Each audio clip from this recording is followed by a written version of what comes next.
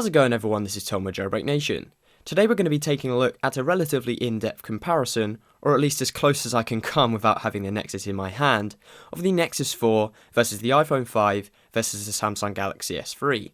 This is mainly going to be spec based to show you how the Nexus 4 stacks up against Apple's and Samsung's frontline handsets. First off, we'll start with the dimensions, and the most obvious thing on any smartphone, the screen size. The iPhone 5 has a screen size of 4 inches, whilst the Nexus 4 has a 4.7 inch screen, with the Samsung Galaxy S3 coming in at a slightly bigger 4.8 inch screen. In real world usage, the difference between the two Android devices isn't great, but you'll definitely feel it versus the iPhone 5. The screen size is only half the battle though. What about the resolution? The iPhone 5 has a resolution of 1136 by 640, bringing in a pixel density of 326 pixels per inch, whilst the Nexus touts a 1280 by 768 resolution with a 320 ppi, and the Galaxy S3 brings up the rear with a 1280 by 720 resolution or 306 ppi. These are all pretty evenly matched and you shouldn't notice too big of a difference. The iPhone 5 weighs a grand total of 112 grams, which is really light.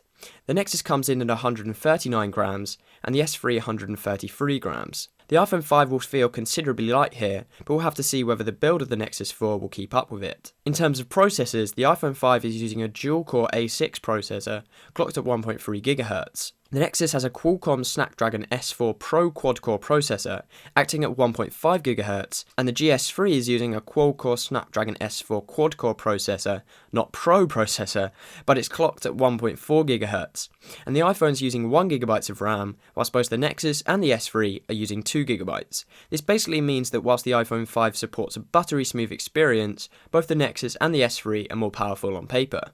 Now for battery life. The iPhone has a 1440 mAh battery, and both the Nexus and the S3 contain 2100 mAh batteries. This in theory should mean that both the Android devices will have a better battery life, but in actual usage their screens are bigger, and various other outside factors may cause this not to be true. This may or may not be a deal breaker for you, but both Android devices come NFC compatible, whilst Apple resolutely remains an NFC free zone. Now let's talk about software. The iPhone is running iOS 6, which may or may not be for you, whilst the S3 is running TouchWiz on Android 4.0, with an update to Jelly Bean on the horizon. But the main advantage of buying a Nexus device, and I'm sure you know that, is the speedy updates and fresh Android, because the Nexus 4 is running Google's latest operating system, Android 4.2, which is a good upgrade to Jelly Bean.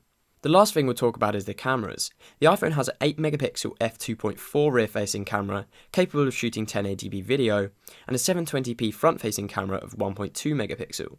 The S3 has an 8MP f2.6 rear-facing camera, capable of 1080p video, and a 1.3MP front-facing camera. The Nexus also touts an 8MP shooter on the back, capable of 1080p video, and a 1.3MP 720p front-facing camera. Whilst these cameras all sound similar, and they definitely do, there'll be small differences between them, but hopefully the Nexus will match the other two phones, as the other two phones are really good. The Nexus 4 is coming into a very crowded marketplace, but it sets itself apart by the baseline model costing just $299, that's ridiculously cheap, and from what I've heard it acts far above that price tag. If you're looking for pure unadulterated Android, this device may be for you, but if you're a huge iOS fan, you know which one to go for.